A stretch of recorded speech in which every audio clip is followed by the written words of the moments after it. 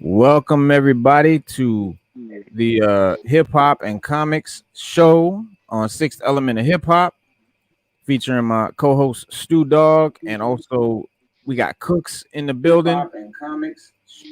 And we have DJ Tiger will be joining us as well soon. He is still rocking the sports talk show. Big shout out to my man Queen City G over there doing the sports talk on Full Blast Radio. Y'all definitely check that out. They got they did. Yeah, they lucky I couldn't make it in there today, but I will be there next week. Steel Town will be there next week. Word up. Salute to Nate in the building. And all the people that's joined us. Slick Nick, what's good, everybody? Yeah, man, we got a lot of junk to talk about today. We're gonna touch on the Suicide Squad movie, and that's gonna be the comic side, and in the hip hop side, we're gonna talk about some LOX and Dipset. Oh man, that's a lot to talk about. Did any one of y'all listen to that new Nas album yet?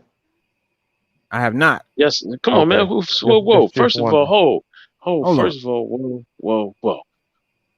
Wait, first of all, I know with me sitting here in this room right now, you didn't just ask that question. Yeah. Just kick him out the stream. Just kick him out the stream. Yeah. Just kick him out the stream. Yeah. Kick him out the stream. It was a legitimate question because it's not a legit. Not with me in the room. Yeah. I understand I'm gonna tell you what you mean. I understand. I'm gonna tell you why. Because I sent you the link that Nas put up for the album on YouTube, Mr. Nora. The whole album. I listened to the whole album several times. I bought it at midnight as soon as it came out. And before I listened to it, like, with my own superior sound system, I watched the listening party. So okay. Which I heard most of the album. Yeah. I mean, I heard all the new stuff Tiger put out this week, which was dope. Right. Yeah, man. Salute to DJ Tiger. Been putting out some great shit. Tiger put out that De La Soul. But lately. That De La Soul. Now lately Tiger been taking his vitamins. I'm gonna keep it a buck. Yeah, man. And, for real. He put out a De La Soul tribute, and it was fire. I mean, and then he did the Tupac premiere mashup with the video. That was hella dope. Dope. Yeah, that was hella dope. I was bumping that in the car. Yeah. And it was a Pac Nipsey joint. Nah, he did a Pac Nipsey Hustle. I don't know how new that was. Like I'm still bumping. That was like 2 weeks ago. Yeah, well that counts because I've been busy. Man, I've been I get it all, brother. I get it all. In my house, we listen to music. I don't give a damn if we sweeping the floor in my house. We turn some music on. Yeah, I feel you. No, that's how I used to be over here too, man. But I've been constantly online, either on Instagram or YouTube or doing my own business, and I ain't had time, man. And it sucks because I really want to get that Nas album in. Yeah, you gotta make time. I listened to the. I had to squeeze my question to y'all listen to the album by Hologram? Have y'all listened to the new album by Rome Streets? If I'm gonna listen to an album, it's gonna be Nas's.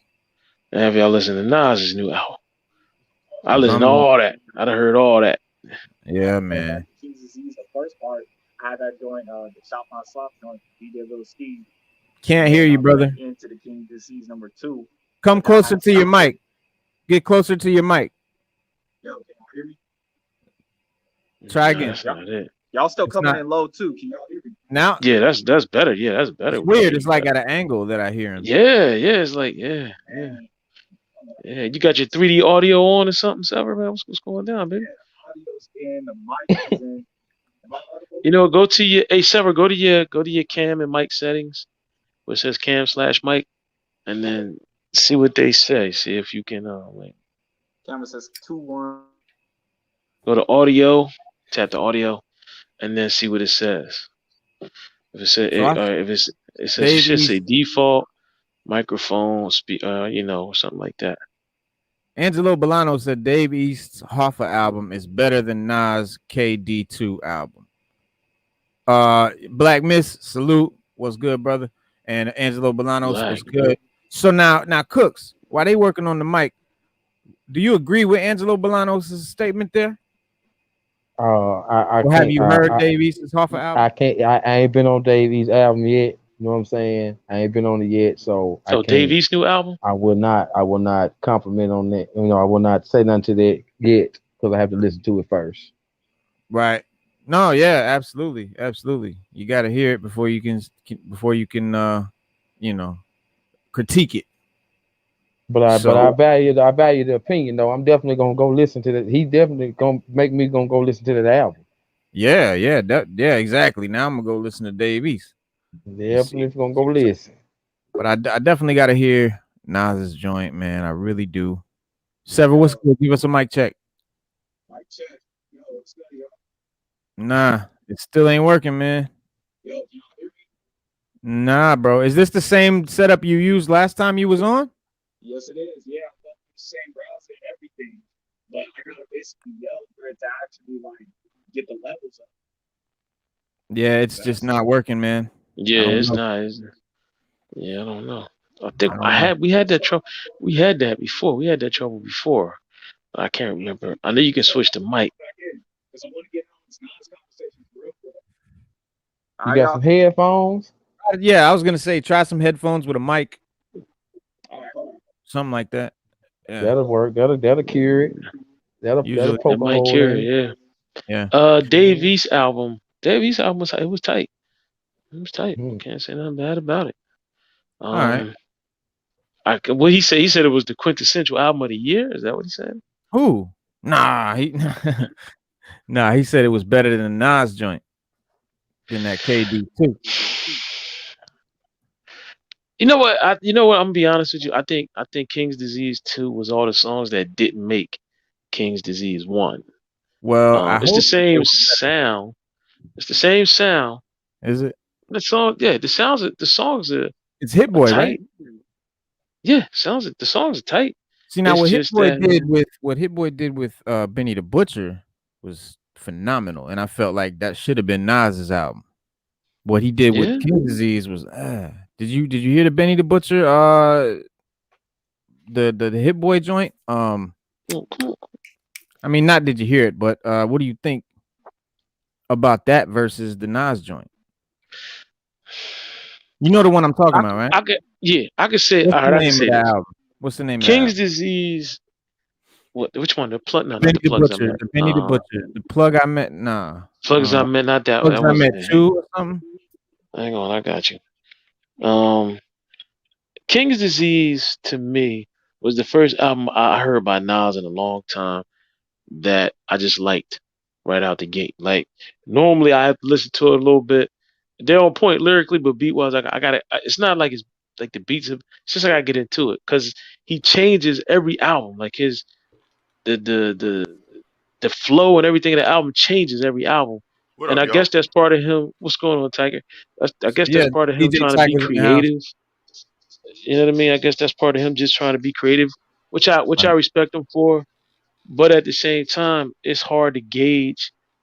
Like Public Enemy has a certain sound. De La Right. Soul got a certain sound. Wu Tang has a certain sound, and we know that because Ghost and them got on RZA about them not having their sound on past albums. Yeah. So like Nas has a different sound every album. Every album is a different sound. Yeah. Not saying if you want to relate that to dopeness or not, you can't because it's always hot in some way. But it's just a different sound, man. I guess that's how he stays relevant in the game by making his sound different You're every talking about album. King's So Disease too? we was talking about Yeah, King's Disease yeah. 2, and then we got into how Hit Boy did, King's Disease 1, and but he also did the Benny the Butcher joint, which the Benny the Butcher joint that Hit Boy did was phenomenal, and I think should have been Nas's beats. I think But he looked at Nas as like this big mega star, and he tried to use that commercialized stuff. And I exactly. think King's Disease 2, I think he got smarter. he went back to that because everybody was saying the shit you did for Benny was phenomenal. Like, where's that? Why didn't you do that for Nas? Yeah, Yeah. because I like King's Disease 2 better than the first. Yeah, one. King Disease, Right, King Disease 2 was tight. I can't say nothing Yeah. bad about it. It just Yeah. it seems like a continuation of the first album. And the first album, I like the first album as well. Right. But like I said, with every Nas album, I gotta listen to it and get into the sound, and then I can give you a definitive. Yeah, you can't after first decision listen. That's the No, problem too. A lot of no. people try to Yeah. judge something. Yo, this is dope. This is a classic. You just Off heard the it one time. One You time, gotta let it right? soak in for a few weeks to even make a Yeah, To really Yes. do it, yeah, definitely. Yeah. You gotta really live Yeah. with it for a minute. Like for me, what I do is I put it in the whip, and Yeah. every time I'm riding, I'm Get just different- bumping it. And I remember That's you what I saying do. that about certain music. You were saying you were talking about like the Dipset LOX. You said Dipset made a lot of songs where you in the car, you Right. hear what they're using in the music, like good riding music. Yeah, exactly. Yeah, But the LOX but is about that- the bars. You know right. what I mean? LOX So, And that's why, Right. Now that's why I tell you tag all the time. I'm like, yo, can you please put that on Bandcamp so I can bump this in my car? because you want to hear it in the car. Yeah. Yeah, Right, because I man. can focus on it. Like if you're driving somewhere, I can really focus on the music. I'm driving. I Yes. got a decent That's sound why I system put it in the car. Yeah. Right. I'm So at I home. can, There's too many distractions, and I'm not really able to focus on the music. But in the whip, I do that with my beats. When I make beats, and then I'm like, because before I was using headphones that I shouldn't have been using. Like these ones that SOD got me. These are them dope Sony monitor studio headphones right, back in the monitors, day. right. So these are real Sony good anything. with making Yeah, beats. Sony anything. Yeah, Sony So, anything. I only when I was buy making Sony beats headphones. with the other headphones, and I was like listening to it, and then I go in a whip, and I'm like, damn, the drums ain't hitting. Like, Mhm. so Hitting, you always man, put it in hitting, the system to gauge, because you got that knock. If it don't knock, that means you gotta make the beats. tight. Yeah, it is. means It's you hard got to you gotta tell do something. sometimes. Yeah. Hey, what's going on, y'all? Now I just Uh-oh. Now we read hear an you. article.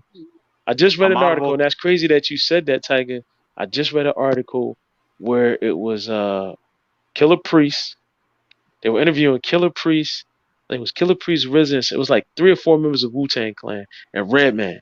And they were like, look, Redman was like, listen, he was like, what we used to do is, even RZA said they did it. He said RZA would make a beat. And RZA said he did it a lot. He said, I would go down to the car, because he said, whoever car had a system, he said, my car had a system. I would go and bump the beat in the car. He said, if it sounded good on the car system, then I knew it was good. Yeah. You know He it was said good. he said because when you were in the studio, you couldn't really gauge it like that with the headphones and all that.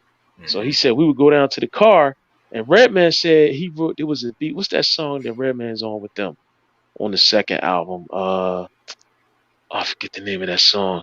But Redman said when RZA made that beat, he said I took the beat, went down to the car, and wrote my verse in the car with the beat bumping. Yeah. he said then I came back up, and I was like, all right. And then he said everybody started doing that. It was like, yo, it was You bumping. gotta Like get a that. different He said, feeling. "Bruh." Yeah. Right. So, yeah, Redman said I would He go down wrote to the different car. and everything. Yeah. Right. Yeah. So what you were saying, Tiger, about what I said about Dipset being whip music and LOX being corner music or whatever it was, that was a segue. I wanted to segue into talking about LOX versus Dipset. I mean, I think the coroner is still cleaning up the blood. Yeah. Crime scene still. I think they're still cleaning up the blood. Because, bro, It was a lot. and you know why, like, regardless how one-sided it was still dope for the culture. Because we needed to see an actual versus battle. This wasn't just celebration music. They went in there like, yo, we gonna talk shit. But we doing this for the culture. Yes. So even though if we thought like, yo, you went in there and had a dude put a chain on you, it ain't about that, man. It's about hip hop. You spitting on that mic, using the songs at the wrong time. Your DJ is playing music that you shouldn't be playing in New York. You playing mumble rap. He put on the first song he put on was All the Way Turned Up by Soulja Boy. I was like, will you please snatch the needles from this dude? Because this dude is wilding right now. You know what I mean? It was that's one of the main reasons why I caught the recap. Because if I'm gonna be tuning in, what happened with the Dips? They came in all fashionably late. You know what I'm saying? From what I'm hearing about their preset, that shit was garbage. I mean, come on. Yeah, man. Like I had to catch that recap. Yeah. Absolutely. It was like Jada came through, man, and just kind of saved the day. Like, bro. Like hip hop is here, yo, and we in New York too. Like he was like, yo, I'm the Dipset transmission in New York. Yeah. Why y'all rapping over the beat? Or why y'all rapping over the words and all of that? Like, come on, man. It's like this is not hip hop, and the timing. And this was kind of a shame to all the Dipset fans that are like, damn, they really ain't together like we thought they were. The LOX showed how they are a real family, bro. They came together. Yes, they did. They were on point with the songs dropping. The DJ was dropping them, and he was. Think about how when he was saying, "Yo, they rhyming over the beats." Right. You don't do that. This is New York. Yo, Tech, drop that. And who shot you drops? Boom. It was over. Boom. It was over after that. And that was at the prelims.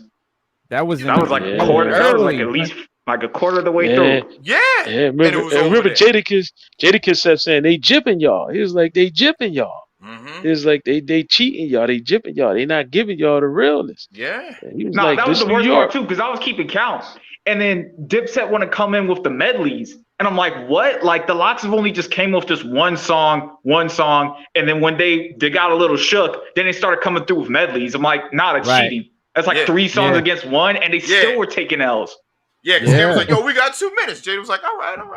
When they started doing the Jim Jones and Harlem and all that, I was like, okay, they're going to start coming with it.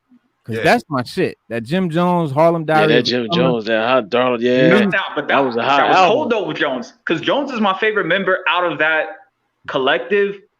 But he never pinned his biggest hooks. Max B pinned his biggest hooks. Yeah, and that's why they sung over the G's on the LOX's side, you got the LOX shouting out Max B. And that's why they did that. Shit.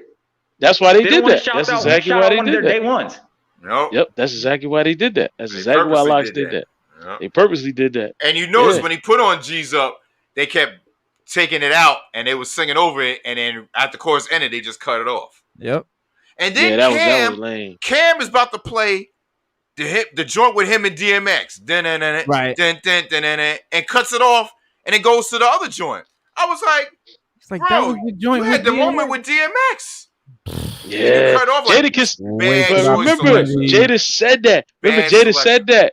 Jada said, "Why you cut off the joint?" And G said, "That's you and X."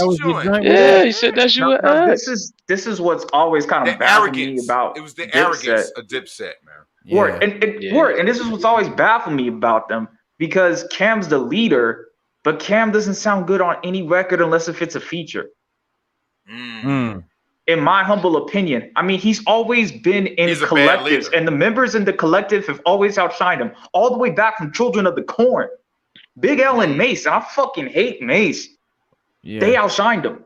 And then you go over to Dipset, Jules Santana ran with this man's style. And Jim Jones bodies them all. Yeah, Jim Jones, man. It is ill how Jim outshined him once Jim came out. Like, it was Cam, and then all of a sudden it was like Jim was on a whole nother different level of like the swag of Harlem, this and that, and and then Cam came with that computing song. I'm like, bro, you really played this song in the battle? Then to top it off, he gets booed, bro, in your hometown. That was the nail in the coffin, bro. It was, bro. I don't know if you could ever come out with that. I mean, come back from that. Yeah, it was, man. They immediately did a cleanup video. You saw Styles P and Cameron. Yeah, they brothers. Letting it ain't no beef. Like, we good. Like, and that was dope too. Yeah, that was dope. And they're going on tour. But again, that's only just for money, which is the same thing like with Dipset. The only reason why they even got back together is because their bag must be low. Because of money, yeah. And you heard? Did you listen to I got Fat Joe commentary. He did an ill commentary after the verses. I put it on my channel. Okay. He talked about. He said people didn't know. He was talking about this is a Joker moment. He goes, Cam was about to leave.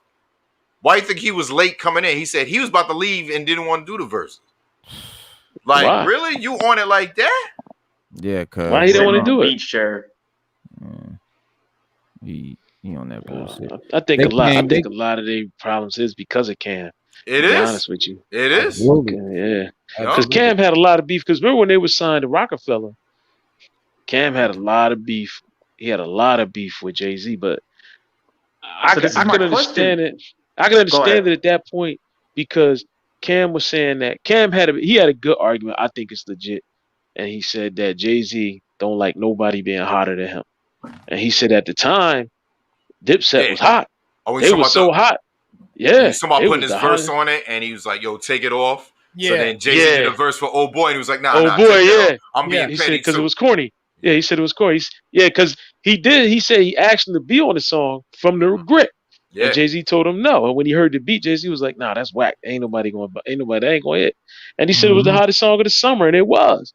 And then he said Jay-Z went in the booth, did a verse, and then said, "I dropped my verse." Yeah, he said they went in and listened to it and looked at each other like, "Nah, that's whack," and he took them off. But Jay-Z, he said Jay-Z always had a problem because remember Jay-Z wouldn't put their albums out, and they had to go solo. Then they had to drop mixtapes. Their first albums was all mixtapes. They had to drop them like that because Jay-Z boycotted them dropping the albums. He wouldn't drop them. Yeah. So they had to drop them in the streets.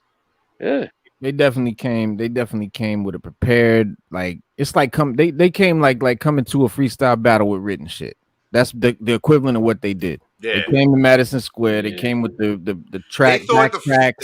They thought the Flash and the Harlem Flash and the swag was gonna win, right? And it did. Hip hop is about hip hop. It ain't all about that bullshit. See, no, it ain't. Thing, but it takes someone like Jada or someone to come out and let the crowd know. Listen, snap out of that shit they got you in. Yep. This is hip hop, and then the crowd be like, "Oh yeah." Why do you keep saying, "What are we doing here? We in the mecca of hip hop. We in New York. They ain't representing that. Come on." I'm showing y'all what it is. That's how this mumble and he showed, and that's what was beautiful about it because it showed the world.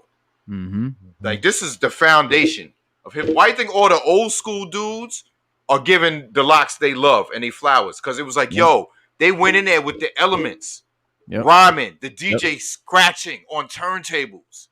This is what hip hop is supposed to be about. That's hip hop. That's what all that other shit is extra.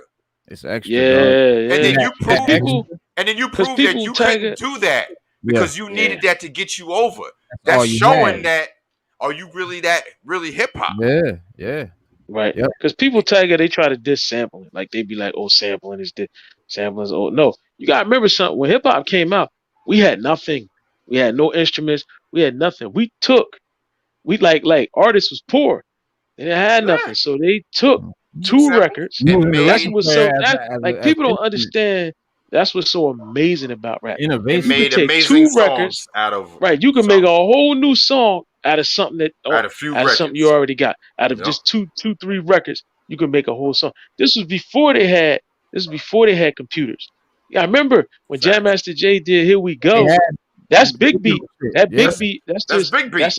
That's big beat. That's just going back. He just kept bringing it back. Yep. And that's it. And they made a whole hit record off of that. That's it. Bro. Oh yeah. A hit record. So, sampling came out and they started sampling off. I mean, come on, the DJs. Now you make everybody makes their whole album on their phone.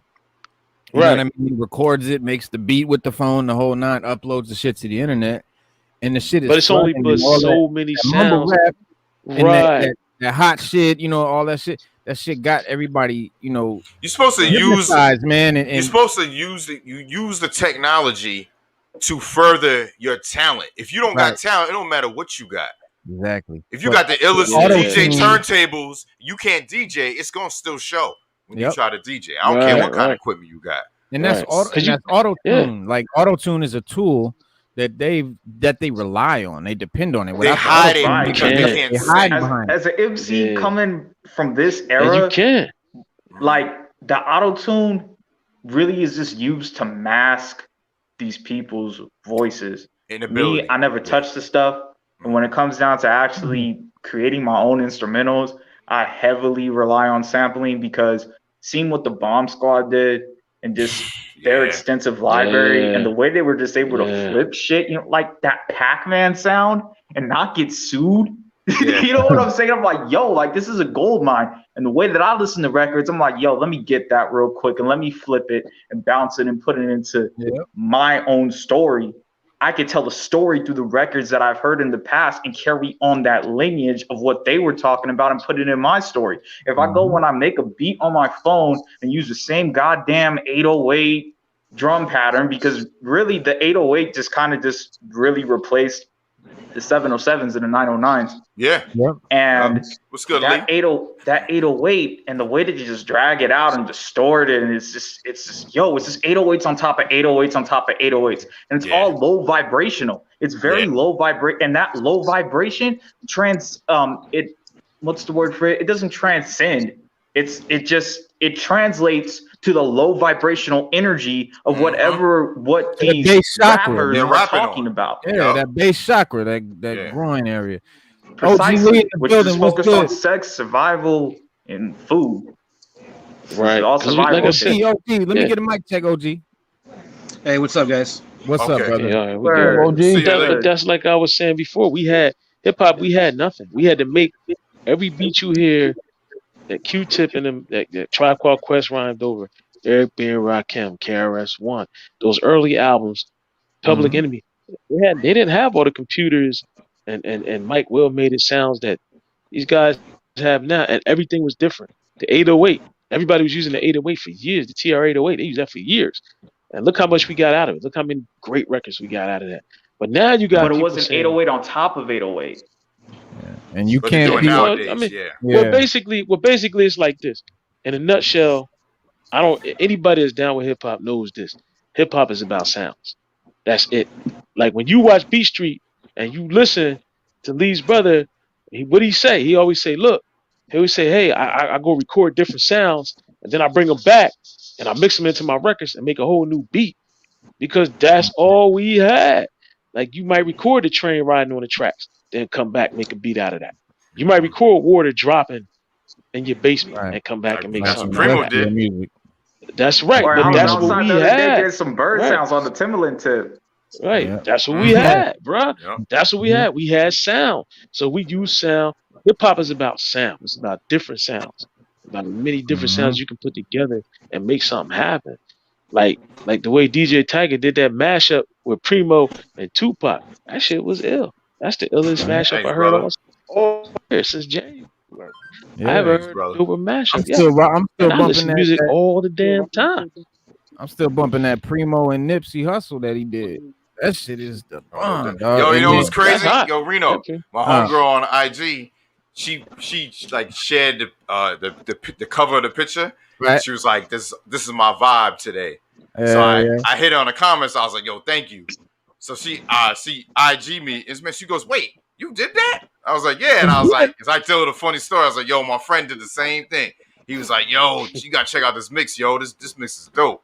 I brought him his own shit. I was like, "Tiger, you gonna dig this shit, dog? This shit is dope." He's like, "Yeah, I made that shit."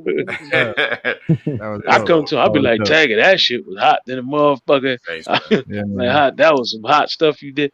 But and then you did Nipsey and Primo Tupac joint was hot, man. Yeah, did you do Nipsey and Pac? Nah, that's that was okay. I think his name is on the top of the cover. I forgot his name, but he does blends too. That was dope too. Yeah, I think that's David. That's David B. Gunn. That's David B. Gunn. I think I did that. The AOK all day, dude. AOK all day. Yeah, I think is where I heard it. Yeah. Yeah, they post them all because they post them all. A lot of details. Yeah. That's why I found. That's why I found the Primo. That's why I didn't know it was Tiger, because I thought it was just AOK all day. So I was like, yeah, they get different DJs and they post them. Right. They post them all. Yeah.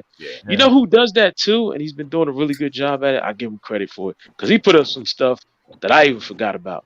Rockness Monster did that. He does that now. Yeah, I've seen that. He's been posting a lot of mixes lately. He been posting dope stuff too. Right. He posted some stuff. I was like, oh my gosh, like where you get this from?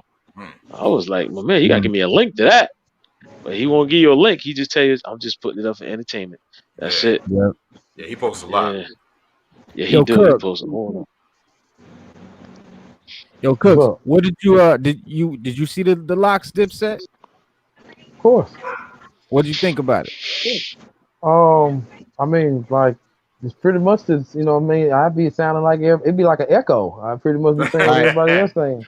Only thing I can say different as being somebody from the South, you know what I mean? Like being somebody from the South, the things that I enjoyed about Dipset was like them certain jams that they played that made me reminded me of back when I was in the car with my cousins and they first came out, like, you know, the Santana and all that, like they brought me back to that. But on the other side of it, everything the LOX played was jumping. I'm talking about the whole lineup from the start to the finish, how they was acting, how they was dressed. Like that, like if I was standing on stage, that's how I'd be up there. You know what I'm saying? Like that was, you know what I mean? And then listen, the LOX is doing they them dudes, man. They wasn't doing no fashion show, man. Yeah, like Sheik Luke said best after Onyx, we was the only ones talking gritty. He right. And another point I want to make is it was like a boxing match. You know how folks be saying, you can always get that lucky punch. So like for the Dipset, the lucky punches was like when they did play songs that were good, the crowd kind of took over for a few seconds, and gave them like a little bit of energy. But then, like y'all was saying, they'll cut and go straight to another song. It's like Purple City. Why is you doing that? What are you doing? And what's crazy is Aguilar was on Doggy Diamond's podcast. Shout out to Doggy Diamond, and he was like, "Yo, they using my songs without permission. I don't even rock with Dipset no more because they did me dirty." Wow! I was like, "Wow, it's getting even further bad for these dudes, man." OG Lee, what's up, man? What's up, man? Y'all mess with that LOX Dipset Verzuz in Cali? Yeah, fuck yeah, man. Hey, man, fucking, hey, Cameron was on fire, man. Dipset won that shit all day. Is what I hold on. Because I was up in Inglewood over there on 80s, and that's where I got introduced to Dipset when I was 16. How in the fuck do you guys rock with the set that hard, especially with Cameron? What makes you like Cameron so much? Whoa, wait a minute. Let's get Cameron his props. Let's get Cam his props. Cam put out some dope music. Wait, finish. He got some tight albums out. Let Lee get his point on. Are you kidding me? His bars are weak. His cadence is weak. He has no aggression. He's terrible. Lee, finish your point, brother. Okay, like straight out going into it, like I don't like Jim Jones. Okay, I just don't. I don't like Jim Jones. I don't like, and I'm a New York Giants fan, so that Ballin' song, ain't happening. All right. As far as like Cameron, he got like maybe 2 songs that I've liked. You know, oh boy, I like that song. I just do. I'm not gonna front act like I never liked it. I still like it. It's a dope song, whatever.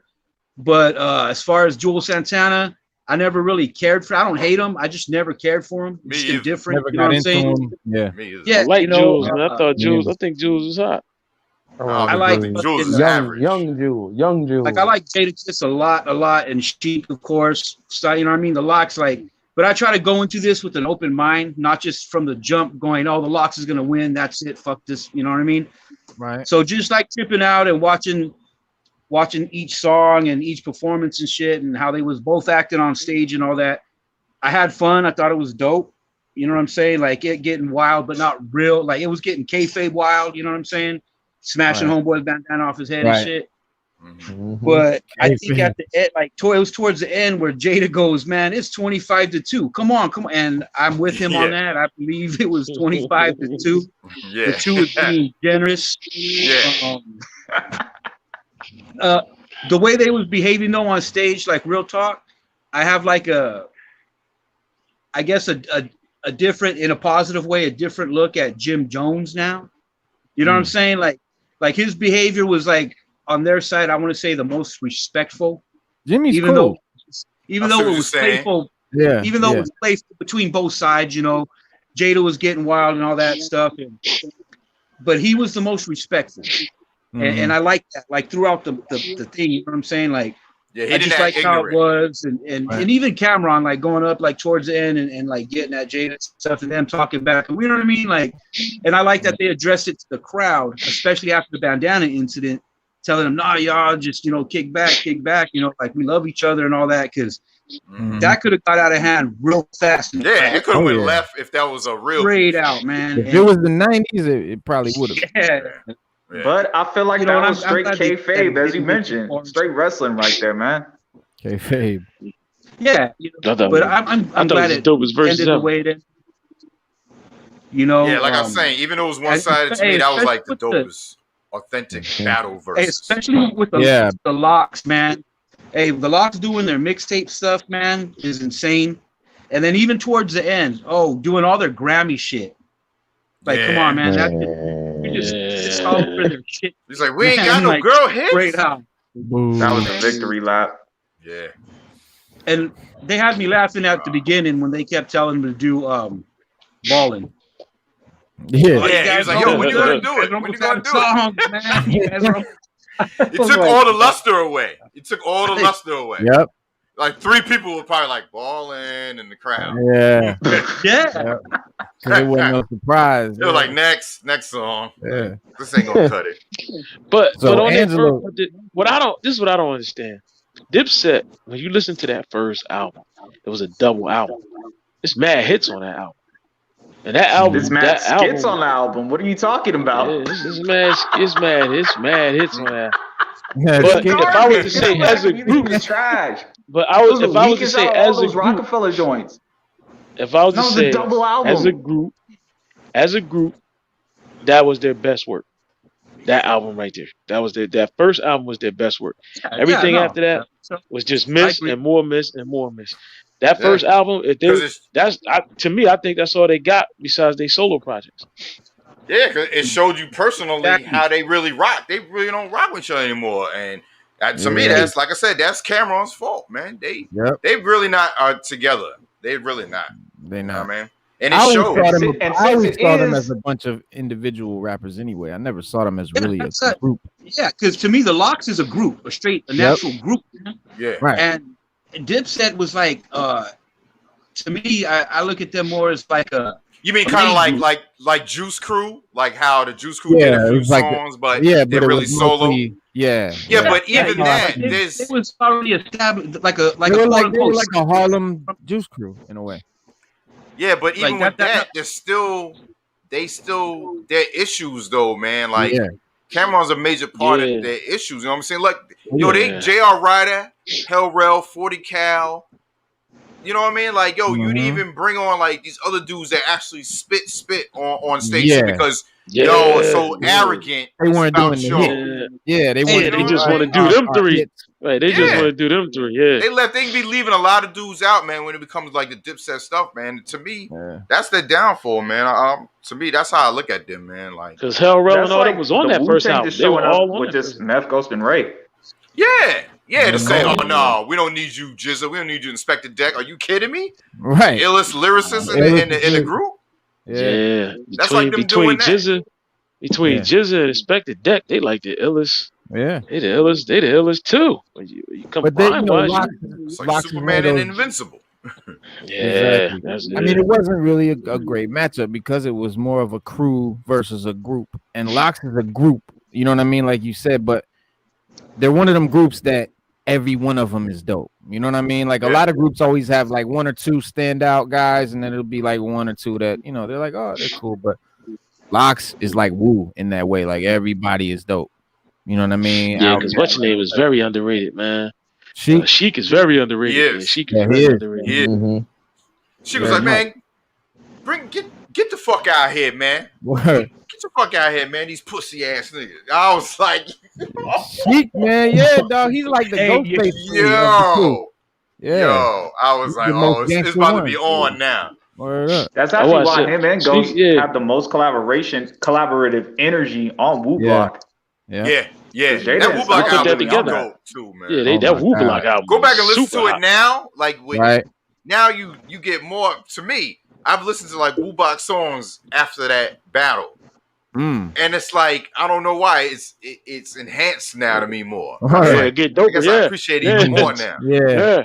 So going, you be like, this joint is better than it was when I first heard it. It aged well to me, like.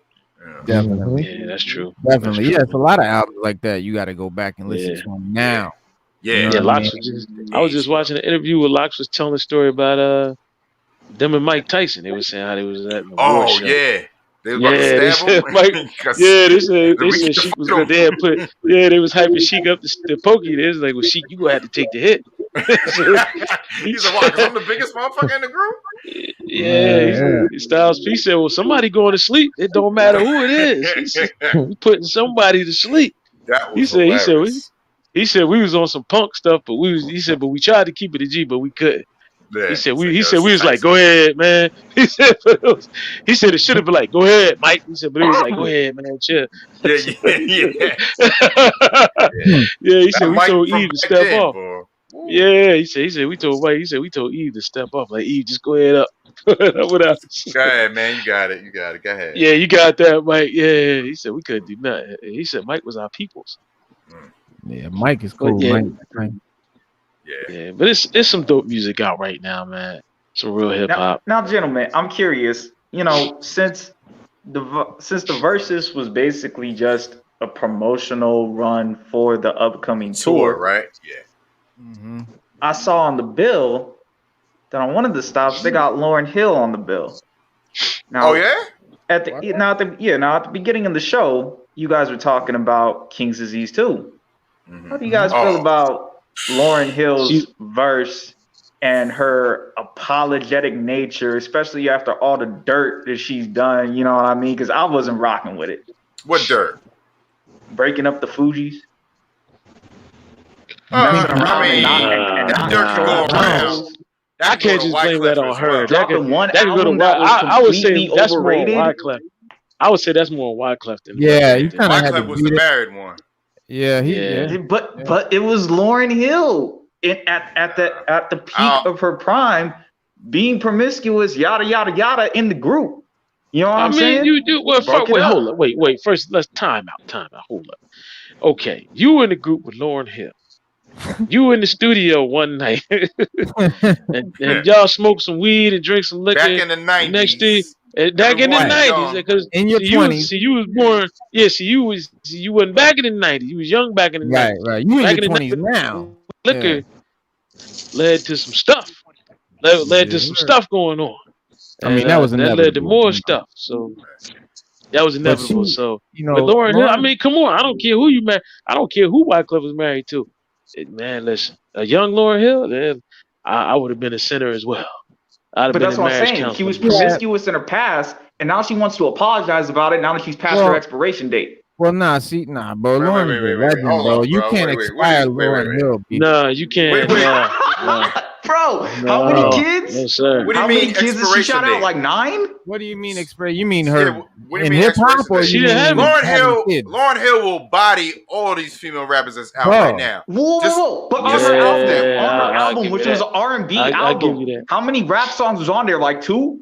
And she'll still body these chicks. Bro, she's overrated, straight up. Wait, all the singing Drake. Wait a minute, what all the singing Drake do? What all the singing Drake do? But Drake dropped multiple albums. Lauryn Hill just dropped one. Yeah, and it's a classic bona fide 5. Look at I'm gonna mute you. Look at Juice WRLD. Look at Juice WRLD. Is that really Juice WRLD? Yeah. Look at Juice WRLD. Is that really hip hop? Or is he just singing? To his freestyle. Or is he singing? To his freestyle. No. That's what I'm saying. Is he singing? Stu, let's not bring Let's not bring all these other artists in here. Let's just I'm not bringing them in. But what I'm saying is, like, when you say he said Lauryn Hill wasn't really hip hop, it was an R&B. Yeah, it was more on the R&B side. But when you listen to these jokers doing that, they doing more singing than rapping, and they calling it rap. So I mean, she was doing it, but I don't support that. I get what you're saying, but they still ain't and will never be on Lauren's level, bro. Never. No. Come on. No, I agree. I agree with that. She's overrated. How's she overrated? I don't understand why Nas even gave her Are you aware of the Sports magazine, like 5 mics? You know what that takes? She got a double XL. She never got 5 mics. And Nas gave it to her. And that's because Nas was the one who got the first 5 mics with Illmatic. It's a classic, dog. I don't understand why Nas even gave her the double XL. The album is not a hip-hop album. It's an R&B album. And then the Grammys went and gave her a Grammy for it. And then she never dropped another album after. And then she complained about her fame, which is something that I hate when artists do. Because it's like, yo, I'm 26. I'd love to get a slice of some of that. and I wouldn't be complaining about it. You know why? You know why? Because she saw what the industry was about, and that's why she left. Right. And that's why she left. Wicked. No, but she didn't leave completely. She goes and she says that she puts herself on a bill, or her management or whatever puts herself on a bill, and then she doesn't show up. Bro, she would have. Or she does something very lackluster, like a song, and then just walks out. She had mental issues. Damn. Everyone has mental issues. Depression. That's a part of the human condition. Issues, bro. That's a part of the human condition. Yo, straight up. What are you saying though? How does that? Yo, he ain't saying nothing, man. Real talk. Yeah, you're not making no sense, bro. Lauryn Hill, like you really bugging right now. I've never heard of one of the illest artists ever. Well, just I'm saying, for her to come out with this verse, I can't hear nobody saying that, B. And damn, nobody in the chat is agreeing with you. I can't rock with Lauryn Hill. You're gonna have to agree. She dropped one album and never dropped anything else. Listen, let's go to the chat. Let's go to the chat and see what they have to say about the whole thing. Hey, he said, "Get the fuck out of here." Lauren, go ahead. I just want to make sure. I just make sure. We can hear you. I just wanted to say that you know, like conversations like these, debates like these, you know, it's always, you know, both sides, right? I am a Lauryn Hill fan. You know, I do have to agree with the majority because, you know, I was raised in that era before and after. So the original question was, what did you think about her verse? I damn sure dug it because I feel like she told a story in that verse that some people will miss because Severe, you feel that you don't dig Lauryn Hill. And I wanted to add this in for us Lauryn Hill fans. There are other ones out there that don't like Lauryn Hill. You know what I mean? Yeah. You know what I'm saying? Might be for a different reason. Might be for a different reason because I always heard a different reason. But what he's saying, you know what I mean? I'm like, you know, hey, I'm just listening. You know, everybody got their own opinion. You know what I'm saying? I separate the personal lives from the person that's in that booth. The art got that microphone. Yeah, there's a lot of artists out there that are assholes in real life. You know what I mean? But the art they put down is dope. I can separate that. I'm not gonna sit there arguing what she did was right with Wyclef because Wyclef was married or whatever. Right. First of all, they was young. We ain't talking about 40-year-old, 50-year-old Lauryn now. We talking about all in our 20s. Right, and that's what I'm saying. This stuff was detailed in her verse. It was detailed in her verse. I don't like when people go back 20 years and start apologizing for shit that they did when they were in their 20s. Yeah, I don't think it's no. I don't think. Listen, so she shouldn't apologize. So she shouldn't apologize. Should not apologize. No. Why? No. I don't think it's no man. She did something wrong. Because she didn't mean it when she did it. She didn't mean it when she did it. How do you know that? You wasn't there when she did it. How do you know if she meant it? She wasn't sorry when she did it. Hold on. How do you apologize for something you did if you was already sorry for it when you did it? Listen, I don't think it's no man. I don't think it's no man. When you're doing it wrong, you don't know you're wrong. I don't think it's no man in this chat room. I don't think it's no man in this stream right now that would have did any less than Wyclef put in that situation. Word, but she's apologizing for it 20 years later. Well, because she's wiser and she's smarter now. She said, listen, she's wiser, she's smarter now. She said, you know what, it was wrong.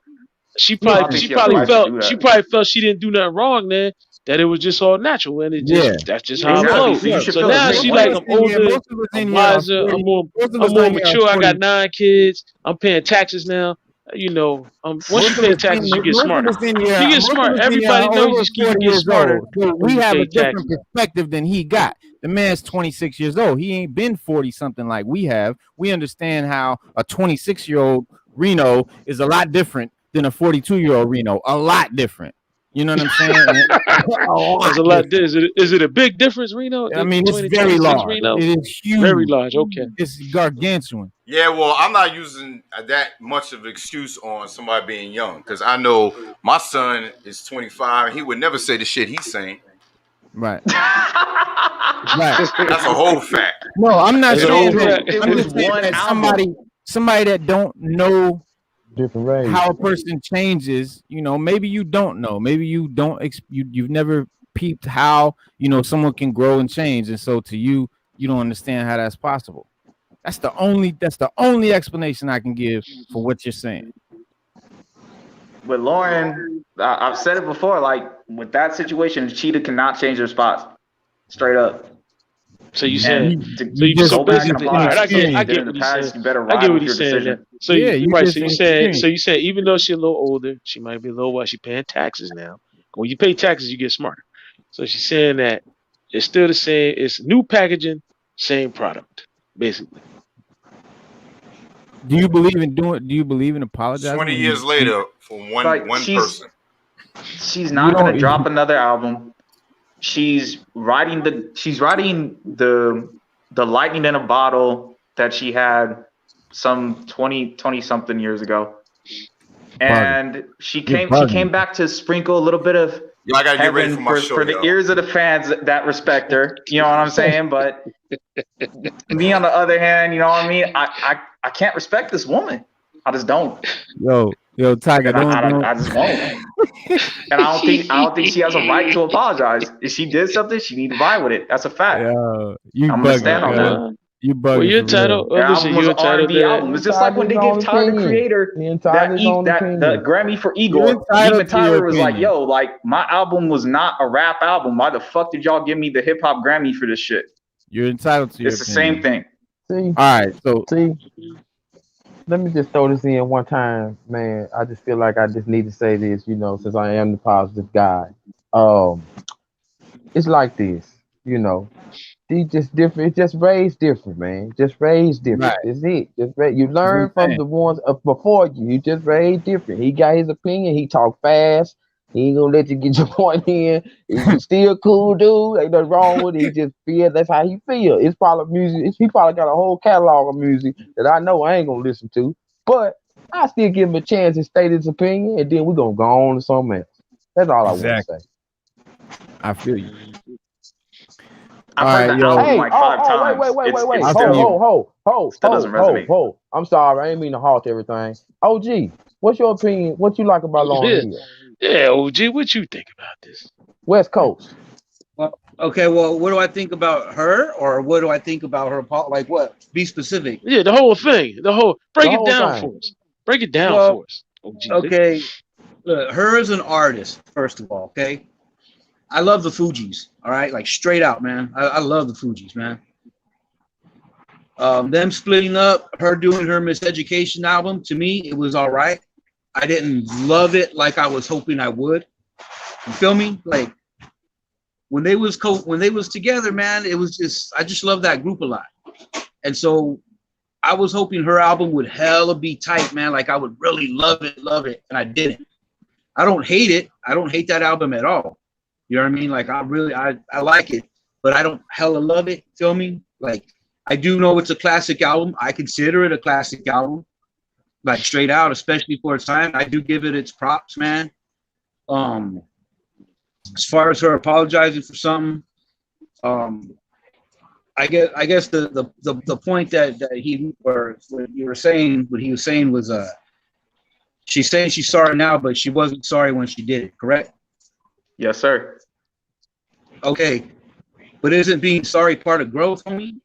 I've done bad things in the past too, and I damn sure didn't. I wasn't sorry when I was fucking doing them. But right. You ask me right now, hell yeah, I'm still ashamed to look in the mirror some mornings, man, for the shit that I've done, bro. Straight up, dog. Like I've done shit, man, that drive a motherfucker and you want to kill yourself if you've done half the shit I did in my life, man. For real, man. Facts. And hey, but you know what? I'm sorry now. Now I am sorry, man. I'm ashamed for a lot of shit. Legitimately sorry. But sir, an apology isn't going to. It isn't going to fix the repercussions of the person that got hurt on. You know what I'm saying? But you're saying that she wasn't sorry at the time, and I'm telling you at the time I wasn't sorry. Right. I sure sorry at the time. Of course you're not sorry. But I am now. Now I am sorry. You know what I'm saying, bro? Like I'm mature now. I'm older. And I realized like a lot of shit I've done was really wrong, man. Like really wrong. And I realize that now in my life. Right. You know, there's a lot of things I am sorry for. Like we changed. I have checked out people. I have apologized to people's faces, man. because I am that guy.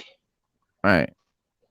And people, and you know, a lot of people say people can't change. I've done some crazy like shit in my life too, but that's like whatever, man. That's between me and the people I help, me and the people I save, whatever. You know what I'm saying? Like, I don't tout about that stuff, man.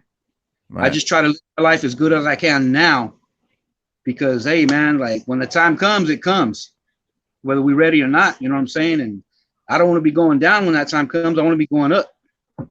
You know, like that. You know what I'm saying?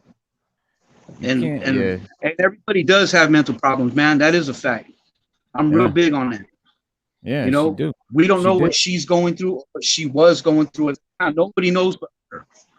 You know, like all we can do now, whether you like her as a person or not, or her as an artist or not, is hope the best for her as a person.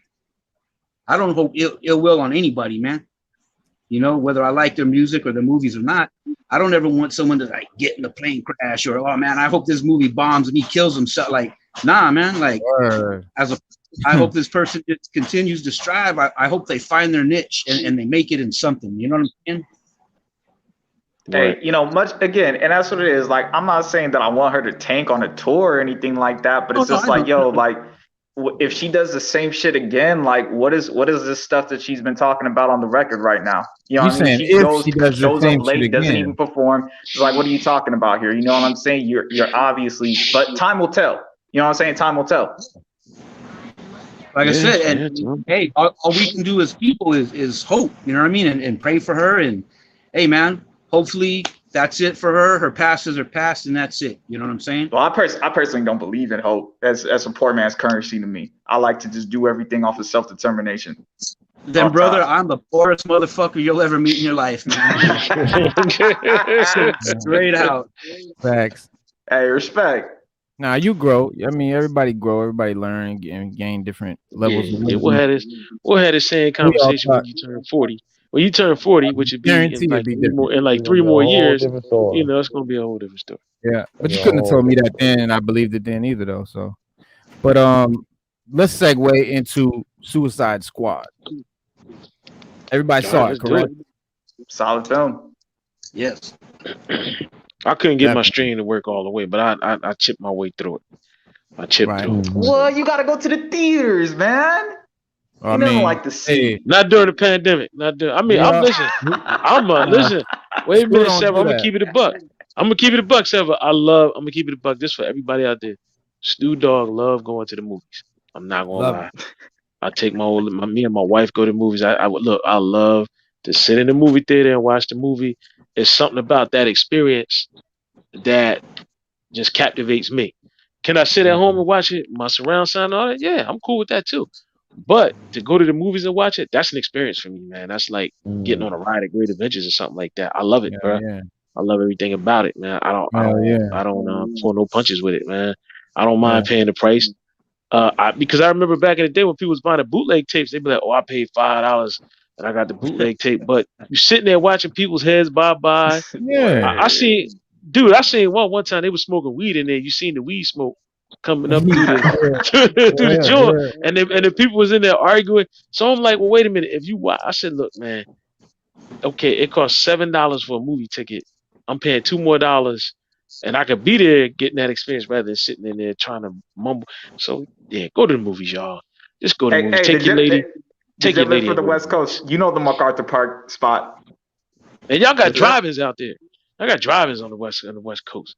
Come on, man, y'all doing real good out there. We got no drive-ins out here. No, they're there's a spot on MacArthur Park to get the bootleg out there. Okay, and y'all really, I know y'all got some. I know y'all can stream. I know out in California, y'all streaming some. Look, y'all doing good out there. But I ain't gonna even go there. Like, I'm on the East Coast. I'm struggling a little bit. I know y'all got some. I know you and Lee got some stuff.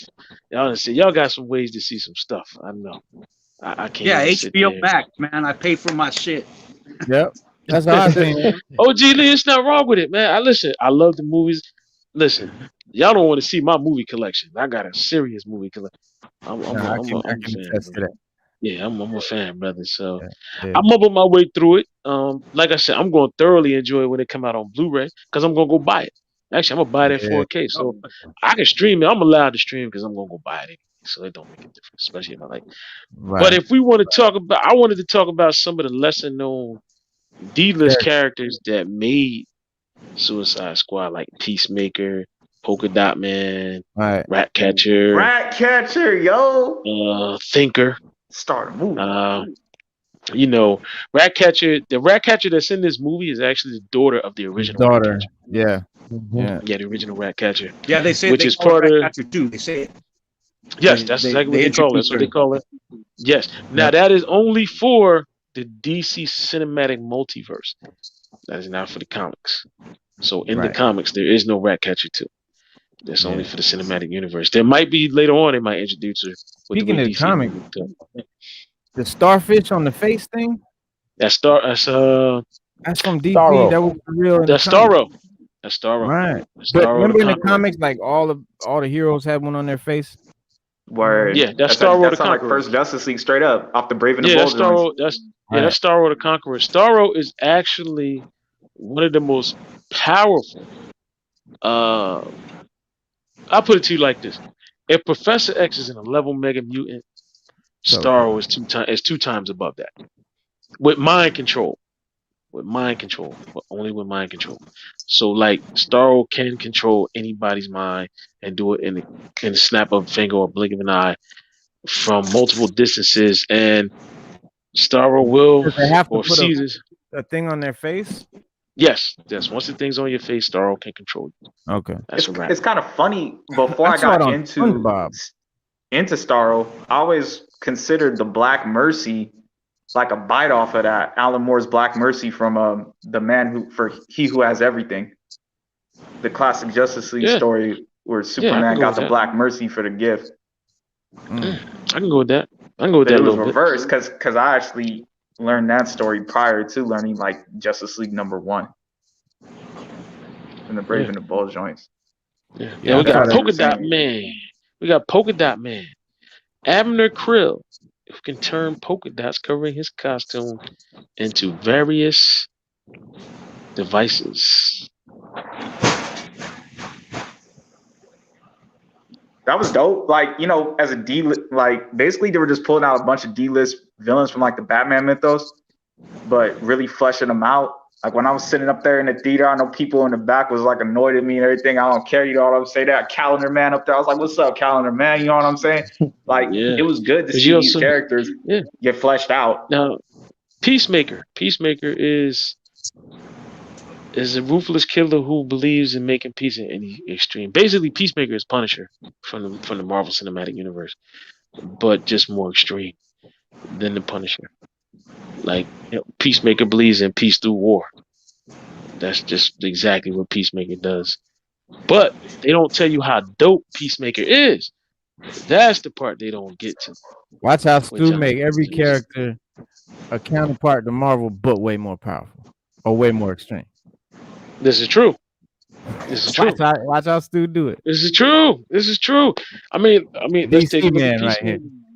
Peacemaker is pretty much a kind of a play on Punisher, but was out way before Punisher was. So you can actually say Punisher was a play on Peacemaker. But Peacemaker's helmet that John Marvel Cena was wearing in there. Well, they both do. Yeah, both copy. Yeah, that helmet. You got to remember that helmet that Peacemaker wears. That is the costume. That's where Peacemaker gets his. That's where most like about him. Like, what is that shit? That's the helmet is where. Yeah, the helmet's where everything's at. That's where all the tech is at. That's where, you know, everything here. And he also has a jetpack that he uses a lot too. But all his tech and everything's in his helmet. His helmet is the equivalent of Batman's utility belt. He was dope in the movie. The movie was dope. Like, he was the only one I didn't like was King Shark. I did not like him, but I thought he was going to be a completely different character. I didn't know he was like real stupid like that.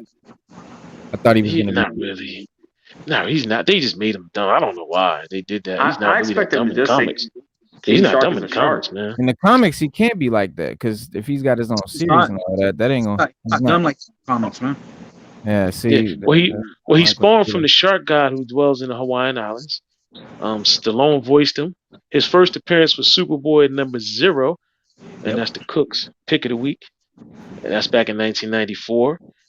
His next appearance was Superboy number 9, where they told his origin. 1994, Cooks, pick of the week. And then his first appearance in Task Force X was Superboy number 13, also 1994, and also the Cooks pick of the week. Be on the lookout, OG. Yeah, because they also talk about Argus. First appearance. There it is. That's the first appearance right there. Yeah, I have that one. That's it. Yeah. That's Superboy number 0. Now we also talk about Argus in there because Argus is Amanda Waller, Steve Trevor, Etta Candy, and Sasha Bordeaux. In the new DC universe, they basically assist the Justice League in cleaning up messes and things of that nature. I don't know where you got that from, but you was the man for that one. We got to talk. I knew these was gonna be hot. That's why I grabbed it. And the King Shark joint and Idris Elba killed it to me. He was fucking hilarious. Now I'll tell you guys a little known tidbit. Idris Elba was actually supposed to play Deadshot, and James Gunn changed it at the last minute because he said, not the last minute, but he changed because he said if Will Smith, I guess they're gonna let Will Smith reprise his role as Deadshot later in another future film, but he picked, he might. They left it open for him. So I was wondering why they went with Bloodshot over Deadshot. I mean, I knew there was a reason, but I was like, I wonder what that reason is, you know? So it was Bloodshot but you know what, Reno? Bloodshot is he's pretty much similar to. That's what I meant. Like, yeah, he's pretty much similar to Deadshot. I think he's doper. I think he's doper. Bloodsport's made more raw. I mean, like he goes up against Superman. Deadshot goes up against Batman. Bloodshot also has an array of weapons he can call up at his will. They kind of like materialize in front of him. You know, he's got a lot going on. He's very durable. He was just like a Punisher type character. No. With like a bullseye character, he could just hit anything type of thing. He can. I know he had. I know, but I didn't know he had powers too. No, he has no powers. He's just a regular man. He's just like everything about him. Wait a minute. That was given to in the comics now. Amanda Waller and Argus materializes Arsenal, but in the comics when he first came to be, Lex Luthor gave him that ability and would materialize weapons for him, and they would just he would be able to call them up, and they would just like beam them in in an instance. Yeah, that's the kryptonite needles. Or this is like some amazing art, man. This book, that shit back in the day. Yeah, we got the Thinker, which is Gaius Greaves. This is the movie version only. You will not find Gaius Greaves in the comic lore. That is the movie version. But he has all the powers of the comic. Wait, now which one is he? The Thinker. Which one was he? Was the one with all the shit in his head? All the little things? Yes. He is in the comics, though. I seen him. No, he is, but not that version of him, not Gaius Greaves. Okay. The Gaius Greaves version isn't in the comics. Okay. You know, he has telekinesis. He is technology telekinesis, telepathy, fear projection. Like Cable? Yes. And he can control computers, all kind of electronic equipment, things of that nature. Everybody knows who Captain Boomerang is, and we know he's an expert marksman, expert hand-to-hand combatant. He has weaponized boomerangs, and he throws them at his will. Does whatever he Flash Rogue Gallery. Yeah. As far as the movie, I thought the movie was dope, man. I'm not gonna lie. I chopped my way through it, but in a couple of days, I'm gonna watch it again. Watch it. I'm gonna watch it again without my stream being interrupted. But I thought it was dope, bro. I literally loved it, man. And the original, I found out, was the original Suicide Squad were not superheroes at all. They weren't villains. They were just like soldiers. They were just regular people. Yeah, like army people. They were all like a bunch of Rick Flags. This is that first one right here, and you can see they got soldiers right there. Yeah, just a couple soldiers, and they were actually. Let me see. I did a thing on it last week. They were actually the original. The early days had they were just regular people, man. They were just and they were no way affiliated with each other whatsoever. You know, I'm curious, was Sergeant Rock in there? Because I know Rick Flag Sr. was in there, but was Sergeant Rock in there? Well, Rick Flag Sr. was the leader when they first and then he passed it down to his son. So, you know, did Sergeant rock with him? Not that I know of. I didn't read a lot of the early days joints. Like the later ones. Yeah, I got you. Right. I mean, when you get into the. For y'all that watched it, did you catch the Easter egg about when he said the Suicide Squad wasn't their real name? That they didn't like that name. Yeah, they were like, we're not gonna call it that. In the very beginning. Yeah. And from the little research I did, they're actually supposed to be correct me if I'm wrong, Task Force X. Yep. Yes. Right. Okay. Yeah, Task Force X is the original name. The villains called it that because of the simple fact that a lot of them died when they went out on missions. So it was like a suicide mission. Like it was just. I mean. Yeah, I thought it was dope how that first team they put together just got mowed down. You know what I mean? Right off. And I was like, yo, that shit is dope. This is gonna be my type of shit. Already was happy. Right. I didn't expect them to just go from the jump like that. But yeah, I didn't know they were going to first team or what. That was cool. Yeah. Even in the comics, they get mowed down a lot, bro. Right. They get mowed down a lot. But every time I see a like in the latest Suicide Squad comic, it's a different team on the cover. So I'm like, man, they must go through, well, members. They picked the best. No, they actually pick the best ones for the mission, slated for the mission. So depending on what they have to do, they'll pick. But certain guys go all the time. Like it might be one or two that go all the time, but mostly Deadshot probably went on the most missions before he died. Before Black Mask killed him, he probably went the most out of everybody. But Black Mask, they pick him. Yeah, Black Mask killed him, man. Yeah, on the Suicide Squad mission, he killed him. Black Mask cornered him. Isn't Black Mask just a gangster? Like he ain't got no powers or nothing. Yeah, he just said yeah. And that mask that he wears is made from his father's coffin. Or something. Wow, it's carved out of his dad's coffin or something like that. And but he actually corners him and then shoots him and throws him off a roof or something like that. And that was an instance where because you got certain people that died in Suicide Squad that just you'd be like, oh man, this is crazy. Now the first iteration of Task Force X was all the people we saw in the movie. In the first movie, they were actually the very first ones under that Amanda Waller sent out on the very first mission. From the first movie? From the first movie, yeah. That's the first Joker and all of them. Save for Harley Quinn. It was Captain Boomerang, Enchantress, Bronze Tiger, Blockbuster, Deadshot, Rick Flag, and Blockbuster died. Because Joker was after Harley Quinn. Remember, he was trying to go after Harley Quinn. Right. Yeah, because they replaced in the original movie they replaced Blockbuster with Harley Quinn. Right, because she wasn't in the comic. Yeah, she wasn't in the original. Yeah. Right. But the story was kind of sad because they went up against Brimstone, which is a giant demonic figure, and they fought a demonic figure. In that person. You know what I mean? So just. Right. But Steve Trevor plays a big part in a lot of things that goes on with Task Force X. But in the new 52, I think it is, or later on, he was like second in command behind Amanda Waller, and then he had to step down because of Wonder Woman. Nepotism. He couldn't be in there being in love with Wonder Woman and being part of Argus, being one of the head people of Argus. So. All right.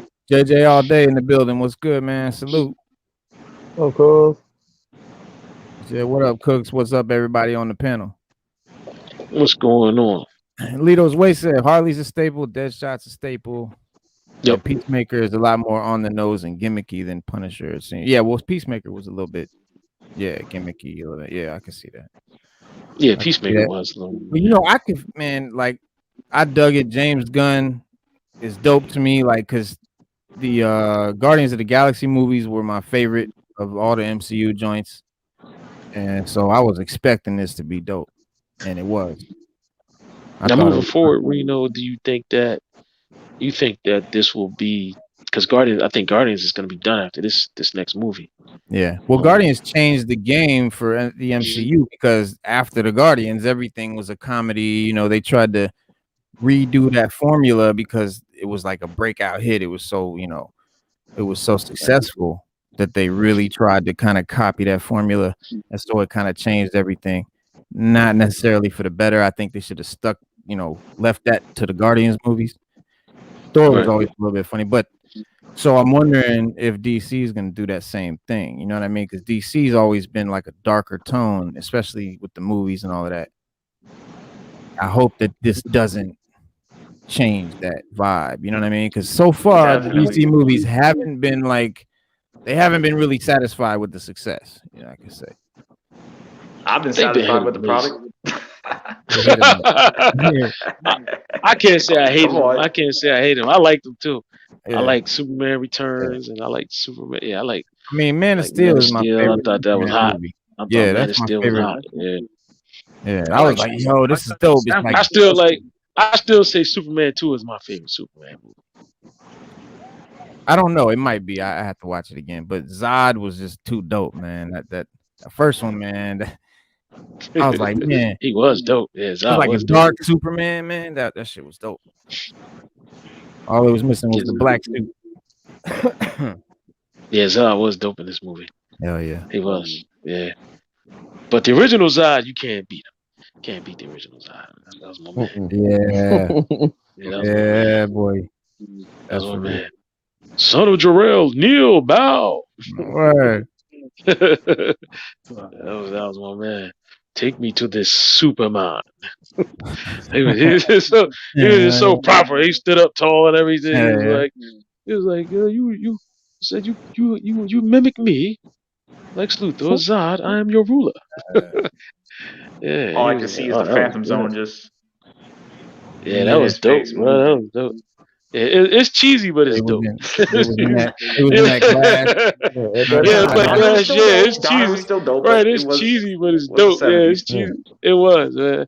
I gotta take my hat off to him. Now, if you watched has anybody ever watched the Richard Donner cut of that film? No. When I was like, rest in peace to Richard Donner, man. I didn't think I watched it. I actually own it on DVD. I mean, maybe I did, and I don't know it. I don't think it's as good as the theatrical version, the director's cut. The director's cut. There was scenes cut out that they left in, and certain stuff that they left in they cut out. To me, it seemed like I don't know, maybe because I've seen the theatrical version so many times, it made more sense to me.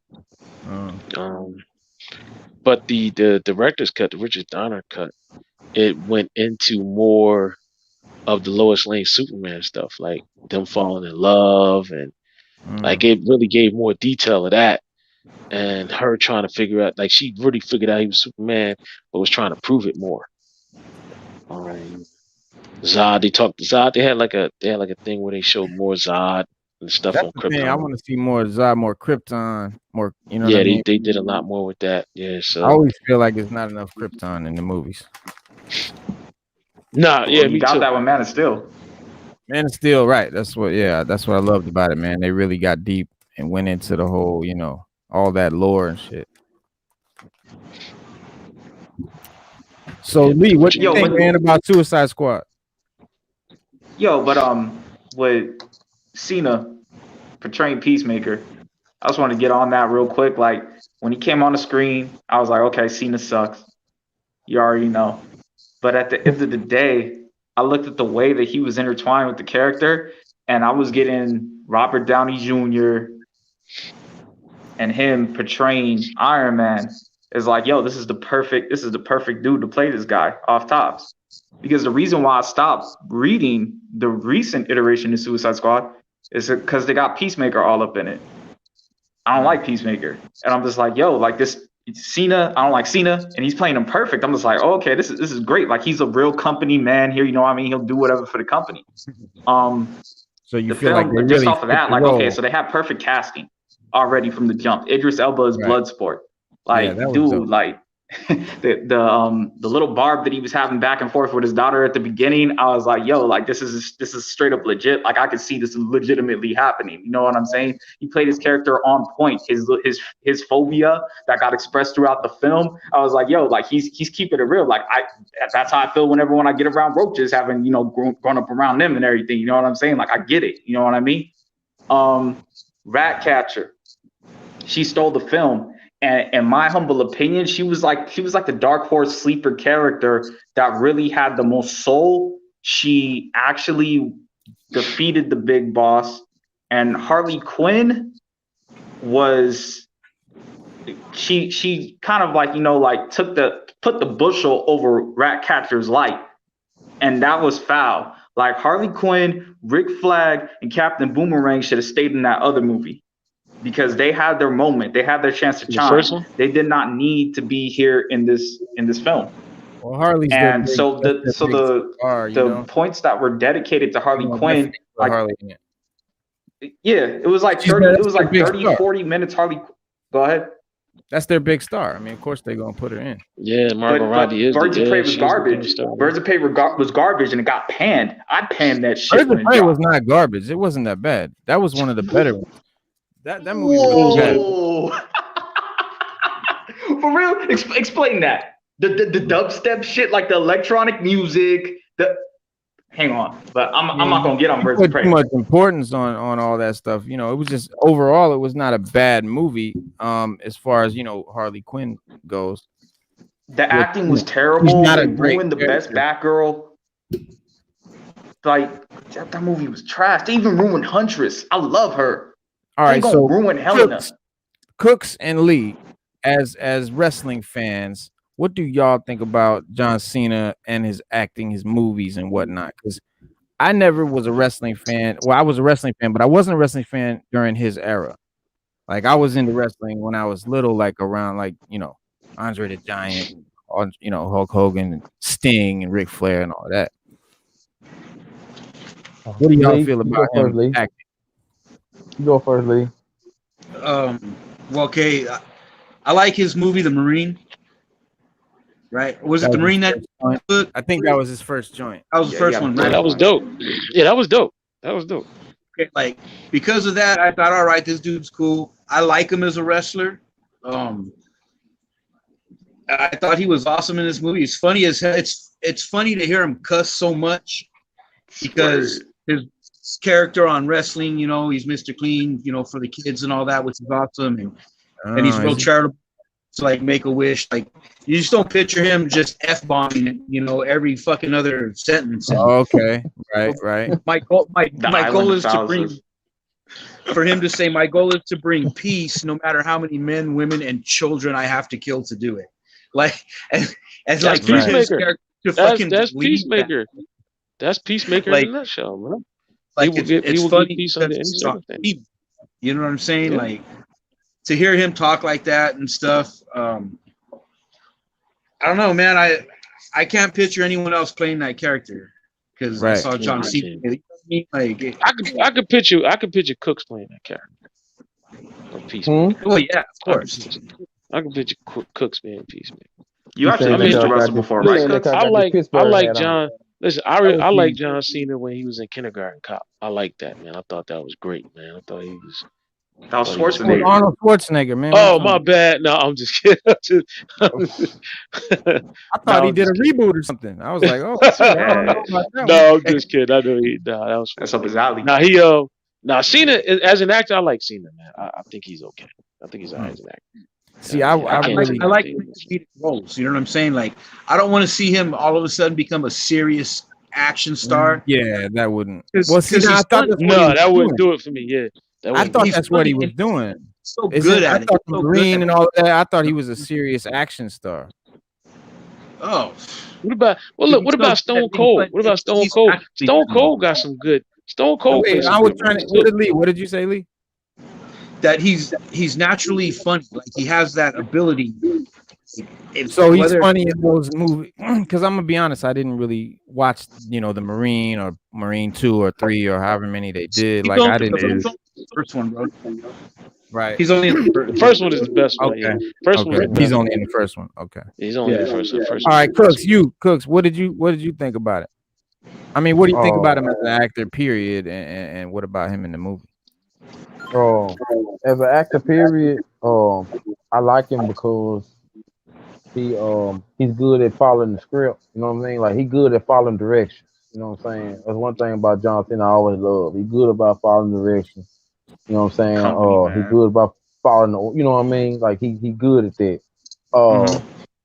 So you know what I'm saying? Let's just say if he got 6 movies, I probably like 3 to 4 of them. You know what I'm saying? Because sometimes his goofiness, I see enough of that on WWE. You feel what I'm saying? So when I see him act goofy so much for so many years, and then every now and then he'll have a serious moment. Sometimes I respect that serious moment a little bit better because it seemed like he pulled a little bit more out.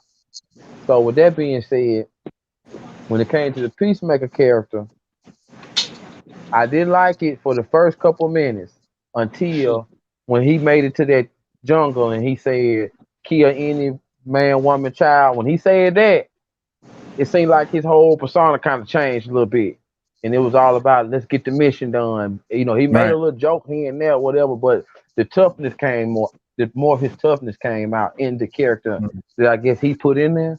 So, like I said, the first 10 minutes until they made it to the jungle, I wasn't convinced. But after the jungle part, I was convinced.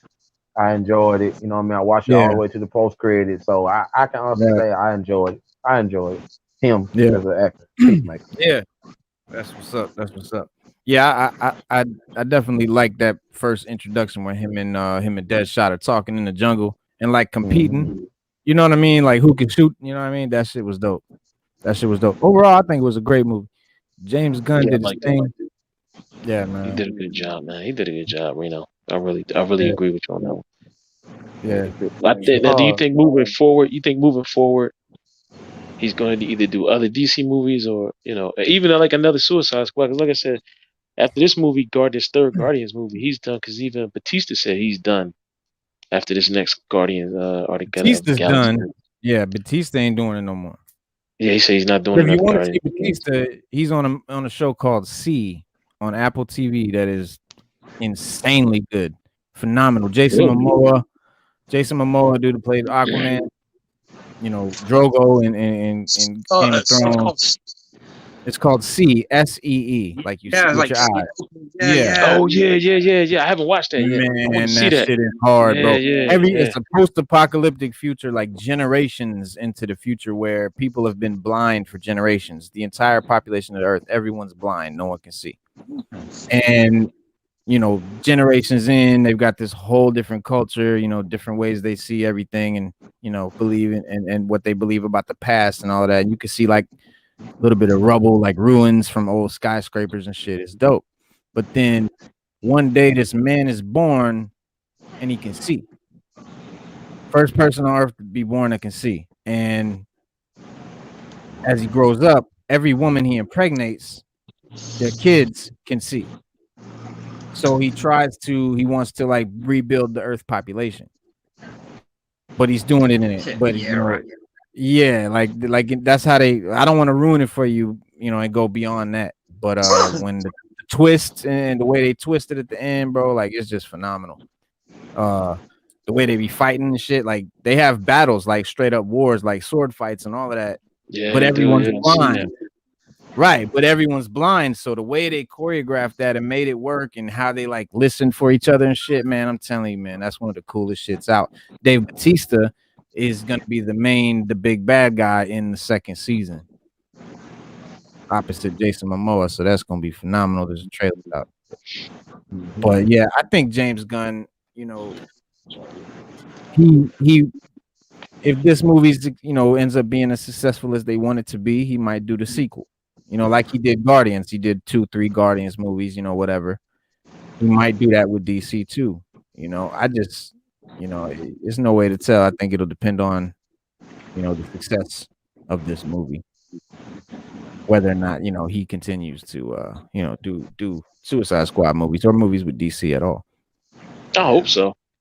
I do one too. Thing that One thing that I really respected about the way that he shot the characters was that every single character had their own arc, and it didn't really take up too much runtime. Like as opposed to like a Zack Snyder's Justice League, and how that Snyder gave every character their own arc and gave them that runtime, but it turned out to be a 4-hour film. Whereas here, got a half an hour with Gunn, like he got it in under 3 hours. So that was a pretty interesting feat, because a lot of superhero films, especially if you're dealing with a team, you know what I mean, the studio will just cut that down. And I got to give props to Warner Brothers, even though, you know, they shoehorned in Harley Quinn and a couple of other characters from the Ayer Suicide Squad film. You know, it wasn't really too focused on a mascot. You know what I mean? It was focused more so on the team. Right. Whereas, like in the Ayer Suicide Squad film, it was mostly just focused around Joker and Harley Quinn's relationship. That took up a lot of runtime. Yeah, this could have been all focused around King Shark, you know, their big CGI character. But yeah, yo, but King Shark's arc was dope though. Like, yeah, really I mean, everyone got their there. own, right. But everyone got their fair, you know. I see what you're saying, yeah. So what do y'all think about the Jared Leto version of the Joker? Oh, that's my favorite. I would like Joker to see more of that, man. I like to see more of that. I thought that was good. I thought easily the worst Joker. Easily the worst Joker. That's my favorite. I've never heard anybody say that's their favorite Joker. How you wrote it down? I ain't gonna say my favorite. I'm not surprised. I liked him as Joker. I liked his version of Joker. I thought it was dope. Yeah, for me, it's definitely Nicholson. Yeah, it's definitely Nicholson. And Ledger was my favorite. Ledger was my favorite. Ledger's a close second, but he did something different. You know, he did his own thing. It was definitely a very unique take on the Joker. You know what I mean? He wasn't comic Joker, whereas Jack Nicholson was more comic Joker-ish. But I would say I loved what he did with it. I kind of disagree with that a little bit. Now, Reno, my favorite Joker would be Mark Hamill in the Arkham series. That'd probably be. Well, yeah, that's a good Joker too, man. Very good. Cooks, what do you disagree? So what you were saying about the comedy part? I said that Jack Nicholson is more closely related to the comic book Joker than Heath Ledger is. Yeah, you think you disagree with that? No, I thought you said comedy. I thought you said comedy. Oh, no, I agree with that. Because Nicholson played a really good Joker, and that was the first Joker we seen besides Cesar Romero. Because there's three Jokers. There's comedian Joker, there's like insane Joker, and then there's gangster Joker. Yeah. Something like that, right? And then Nicholson was like gangster Joker. Yeah, he was gangster. Oh yeah. Yeah, he was definitely gangster. He was definitely. I can't wait to see Keaton come back too, man. They say Keaton gonna be Batman in a new some universe, you know, some multiverse thing. They're gonna bring back Keaton. He's already. I never really liked Keaton's Bruce Wayne. I always felt that he was just too stiff. Yeah, I always loved it. I always thought his Bruce Wayne was on point because of the fact. I don't know. He just looked like, I don't know, man. Like his eyebrows, like he had the look of a Batman. You know what I mean? He was just dope. Yeah, like because everybody, you know what? Because several when he came out as Batman, a lot of people were on the fence. They were like, Michael Keaton is Batman, like. It kind of threw everybody off. Yeah, nobody. Because he's a comedian. They were like, "Whoa!" Yeah, after Mr. Mom, he literally went from Mr. Mom to Batman. Right? Yeah, we were like, Michael it was such a unique choice. It was very weird. Where Beetlejuice was at? Where Beetlejuice was at in between the Beetlejuice came later. Beetlejuice came after Batman, I think. Did it? Yeah, that wasn't in the 80s. I thought Beetlejuice was in the 90s. I thought Beetlejuice was in the 90s. Because Batman was 89. Batman was 89. Batman was 89, that's for sure. With the Prince soundtrack, which just didn't fit. Like, I love Prince, but that shit did not fit a Batman film. Man, that was the dopest Batman soundtrack ever. Wow, Beetlejuice was 88. 88? So it was the year before. It was the year before. It was the year before. So he went from Beetlejuice to Batman. Beetlejuice, yeah, exactly. Mom, Beetlejuice. Exactly. Yeah, he went from Mr. Mom, Mr. Mom, Beetlejuice to Batman, straight up. Exactly. Wow. Yeah. Kilmer actually was a decent one, but that movie sucked. I didn't like any movie after Batman Returns until Dark Knight. Christian Bale. Word. Christian Wait Bale. a minute, you didn't like you didn't like Batman Forever? You didn't like Batman Forever? No. Batman and Robin? No, hell no. Nah, none of them. Jim Carrey was a good Riddler though. He overdid it. That whole movie, I mean, Tommy Jones destroyed Two-Face. Just Two-Face was supposed to be a cool gangster. But he got sugar in Spidey. Yeah, that cat was retarded. Because when you go to Batman Arnold 89, Mr. Freeze, come on. Right, when you go to Batman 89, Two-Face was actually Billy D. Williams. He was Harvey Dent. Thank he played Harvey Dent. And then all of a sudden, I gotta tell you, Billy D is gonna be reprising that role and be Two-Face. Whoa! Get out! Yo, get out! I heard it. I seen him say it. Matter of fact, look it up. Look it up. I seen him say it. That's dope. Hell yeah! We went from Billy D to Tommy Lee Jones, straight up and down. And it made no sense. Made no sense. When you type Billy D in Google, the second thing that come up is Williams Two-Face. Billy D. Williams Two-Face. Get out! I gotta check that out, man. I gotta check that out. He was supposed to be Two-Face. Okay. I think I know what it was. He was supposed to be Two-Face in the second movie. There was a whole lot of shit that was supposed to go on, man. Tim Burton was supposed to do the third Batman, but he was. The studio was like trying to talk him out of it. He said, like, they were like, you don't really want to do this again, type of shit. Word, they tried to give him the Superman joints. So he was like, nah, I'm cool then, fuck it.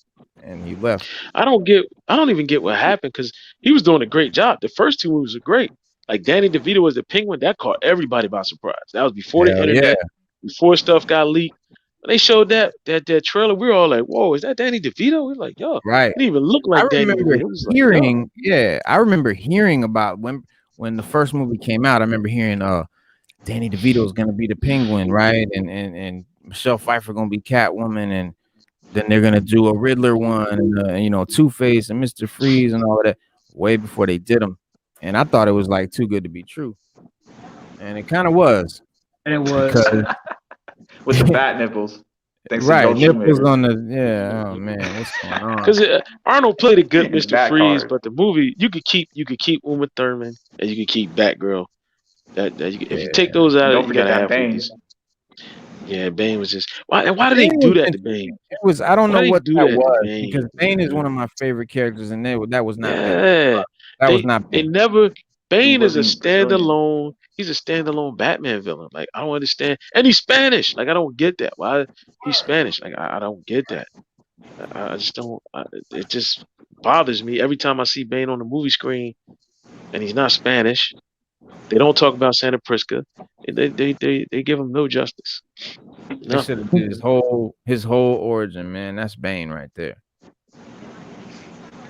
Yeah, in that film, he had no Latin lineage. He breaks the bat.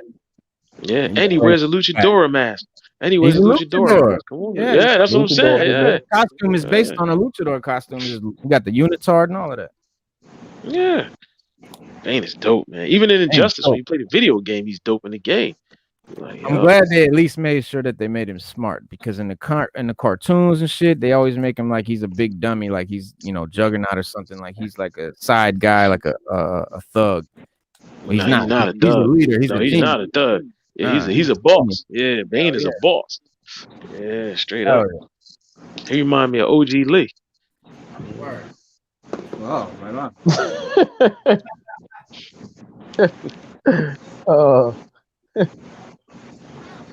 I mean, you got Bane and you got OG Lee. One and the same.